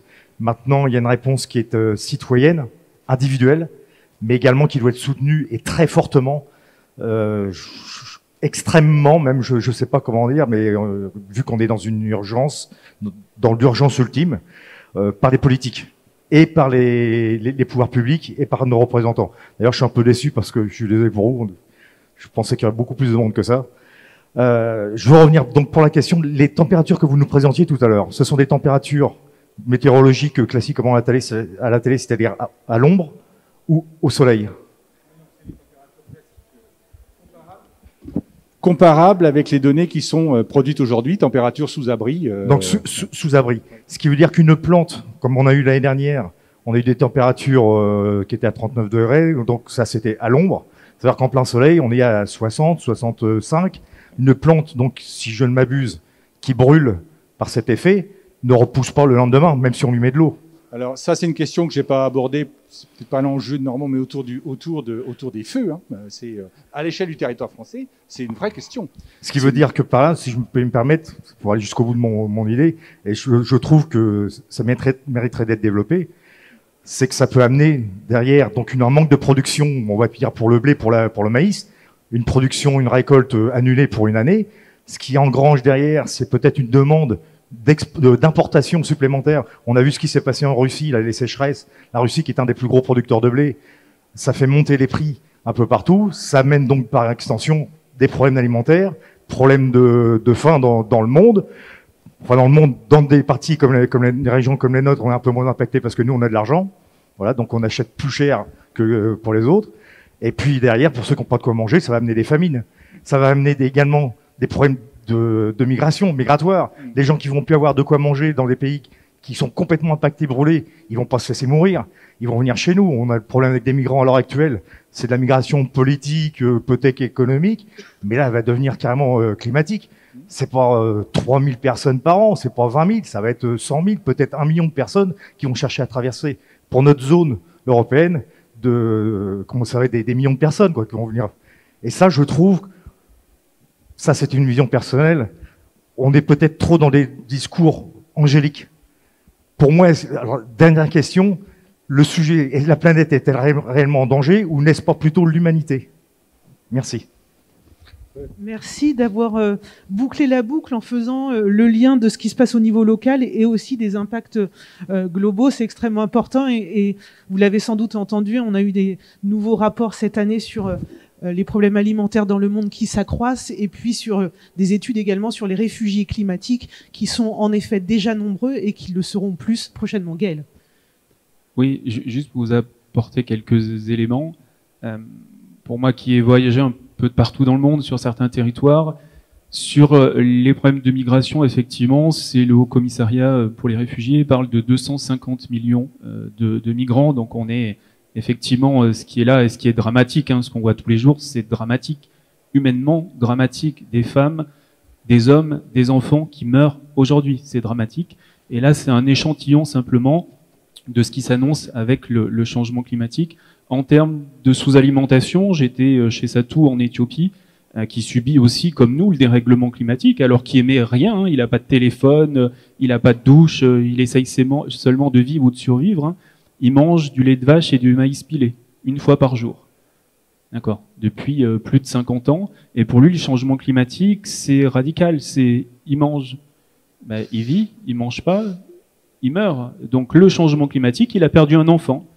Parce qu'il y avait une sécheresse qui était trop forte. Comme nous, 2019, hop, il perd un enfant. Et puis, alors, il y a par contre des côtés assez positifs, c'est qu'il commence, il est semi-nomade, il a du bétail, et autour de ce petit point d'eau, il y a plus de monde aussi, la démographie est là, il y a plus de monde, moins d'eau, des problèmes de sécheresse, et puis il commence à cultiver un peu du maïs. Alors, je sais pas si c'est la meilleure chose dans le sud de l'Éthiopie, etc., du maïs blanc, mais il commence aussi à s'adapter d'une certaine façon, d'accord, grâce à certaines associations. Donc effectivement, ce que vous dites, c'est pas la planète, hein, ce que tu disais, ça fait 4 milliards d'années, 13 milliards d'années, le Big Bang, etc. Voilà, on est sapiens finalement depuis très peu de temps. C'est finalement comment nous, ensemble, 8 milliards, peut-être 9, 10, 11 milliards, on va arriver à vivre ensemble avec un climat qui est complètement hors sol. Voilà, sur les projections de l'IPCC, c'est on peut encore maîtriser à 1,4 et 1,8 pour venir à la COP 26 que vous disiez, Rebecca. Ce qui sort de la COP 26, c'est si tous les États respectent simplement des promesses d'engagement, on est passé de 2,7 degrés avant la COP 26 à 2,4. Donc on sait que le changement climatique va être très fort si on respecte. Et il y aura encore la COP 20, la COP 40, la COP 50. Voilà, c'est un processus, c'est une réunion, un forum international. Donc maintenant, c'est ne pas tout attendre de ce niveau international. Bien sûr, c'est essentiel, c'est prioritaire, c'est crucial, mais agir sur nos territoires, c'est concrètement, c'est le débat d'aujourd'hui de la transition, c'est comment on fait ici. Alors bien sûr, il y a l'Éthiopie, bien sûr, il y a la Chine, bien sûr, il y a d'autres, mais sur COSEN, comment on réduit nos émissions vers le zéro carbone 30 ans, c'est notre objectif ici sur le territoire, et comment on s'adapte ici. Ça, c'est vraiment le challenge de ces 2 jours. Didier Pour Peralta. rebondir sur ce que vous disiez, on n'est pas seul au monde. Moi, je suis pas pessimiste. Moi, je suis optimiste parce que ce qui se passe chez nous, moi, je le vois au quotidien, tout ce qu'on met en place, le plan bâtiment durable, enfin, on met plein de choses en place, le plan. Voilà. Ah oui. Donc, je dis, moi, je suis optimiste parce que ce qui se passe chez nous, tout ce que l'on met en place, on le retrouve partout en France, dans le monde. Je veux dire, bien sûr, il y a au niveau mondial, vous disiez, il y a la Chine, l'Inde, sur lesquelles il faut encore travailler, mais il se passe plein de choses. J'ai envie de dire, maintenant, il faut qu'on s'adapte. Il faut bien sûr qu'on travaille pour atténuer le changement climatique. Je dis toujours, on va pas dans le mur. Non, ça y est, on est dans le mur. Donc, il faut qu'on prenne des mesures pour tenter de ralentir cette évolution, mais il faut aussi qu'on s'adapte à ce changement climatique qui est inexorable. Et ce qui se passe chez nous, ça se passe partout. Vous citiez Grenoble, vous citiez... voilà, ça se passe partout. Il y a la volonté vraiment des élus. Maintenant, quand on parle aux gens, le public comprend. Le public comprend. Quand on parle aux enfants, il y a un truc qui me fait rire, une publicité à la télé, je suis écroulé à chaque fois que je la vois, sur la gamine qui dit bientôt il y aura plus de plastique dans l'eau que de poissons dans la mer. Et ça te fait rire. Voilà, je trouve ça génial que les enfants vraiment sont un terrain friable, mais il faut pas attendre qu'ils soient grands, quoi. Faut qu'on agisse dès maintenant, et c'est ce que l'on fait. Donc moi je suis optimiste. Alors voilà. Très rapidement pour conclure, c'est un métier. Je veux pas mettre en retard tout le programme de la journée, Jean-Marc Bouillon et Daniel Delahaye. Oui, juste pour répondre à une partie, à deux remarques que vous aviez faites. La première, c'était est-ce qu'on fait pas preuve d'angélisme? Écoutez, moi je pense pas du tout, parce que vous savez, on peut regarder là encore micro, macro, etc. On voit que je crois que la France est responsable de 0,9% des émissions de gaz à effet de serre. Donc finalement, c'est pas nous l'enjeu, quoi. C'est ceux qui ont 28%, etc. Et ben moi, je préfère l'image des journées qu'est le colibri. Et on connaît bien l'effet colibri. Ben écoutez, vous savez, quand il allait amener une goutte d'eau, etc. Et ben oui, mais lui il le fait. Ben nous on le fait. Voilà. Et puis la deuxième chose que je voulais dire, c'est que l'enjeu, c'est effectivement, c'est pas la disparition de la planète, c'est la disparition sur la planète des choses qui nous sont propices. Et si on fait disparaître les choses qui nous sont propices, c'est nous qui allons disparaître. Mais la planète, elle restera, c'est sûr. Daniel Delahaye. Alors je crois qu'il faut prendre ce micro là. Oui. Ah non, c'était celui-là. Excusez-moi. Oui, donc oui, pour aller vraiment dans le même sens, c'est-à-dire que moi j'ai travaillé plusieurs années plutôt sur la zone sahélienne, enfin Burkina, Mauritanie, et c'est vrai que dans ces pays, je dirais, c'est vraiment sur le fil du rasoir constamment. D'ailleurs, là aussi, pour ceux qui étaient nés, il y a eu la grande phase de sécheresse des années 70, avec des grandes famines à répétition, et c'est des choses qui peuvent se reproduire très facilement. Donc, c'est clair. Par contre, c'est là où je rejoins vraiment ce qui vient d'être dit, c'est-à-dire que il y a 60-64 millions de Français. C'est vrai que ça pèse peu par rapport à la production qu'il peut y avoir en Chine de gaz à effet de serre ou en Inde. Par contre, et même si au sein de la France, c'est peut-être pas la Normandie qui sera la plus impactée, mais là, c'est là où on a le plus de marge de manœuvre, à la limite. Et je dirais qu'on a presque le devoir. C'est le devoir d'être exemplaire sur ces questions-là. Et je dirais l'hygiène intellectuelle commence presque à l'échelle de l'individu, des collectivités, des territoires, des pays. Et on doit le faire, quoi. C'est vraiment là qu'est l'urgence. Alors, merci à vous quatre. Pour conclure, finalement, le réalisme, c'est de reconnaître que le dérèglement climatique, il est là, et les impacts, ils sont là, mais il faut encore agir pour atténuer et s'adapter. Et je voudrais qu'on finisse avec une courte vidéo, puisqu'on le disait, les initiatives, elles sont partout, c'est important de les voir pour encourager leur essaimage. C'est une vidéo qui présente votre plateforme Une planète pour tous, Gaël Derive. On regarde.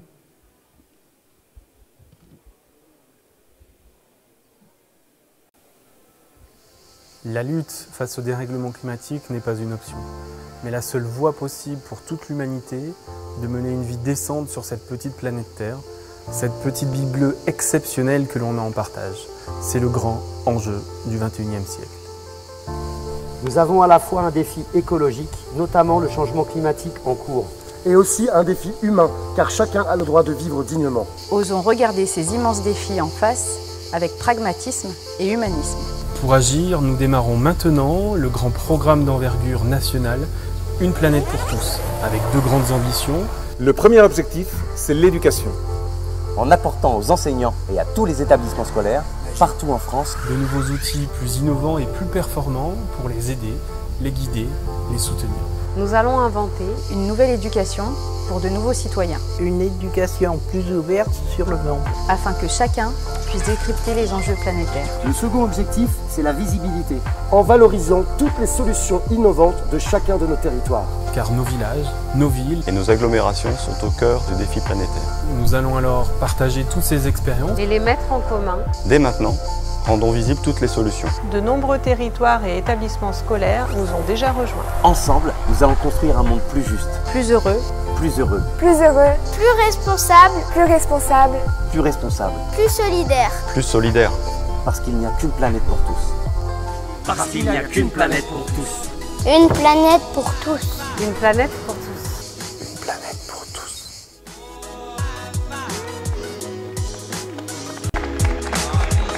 Eh bien, merci à vous, Gaël Derive, Jean-Marc Bouillon, Didier Peralta, Daniel Delahaye.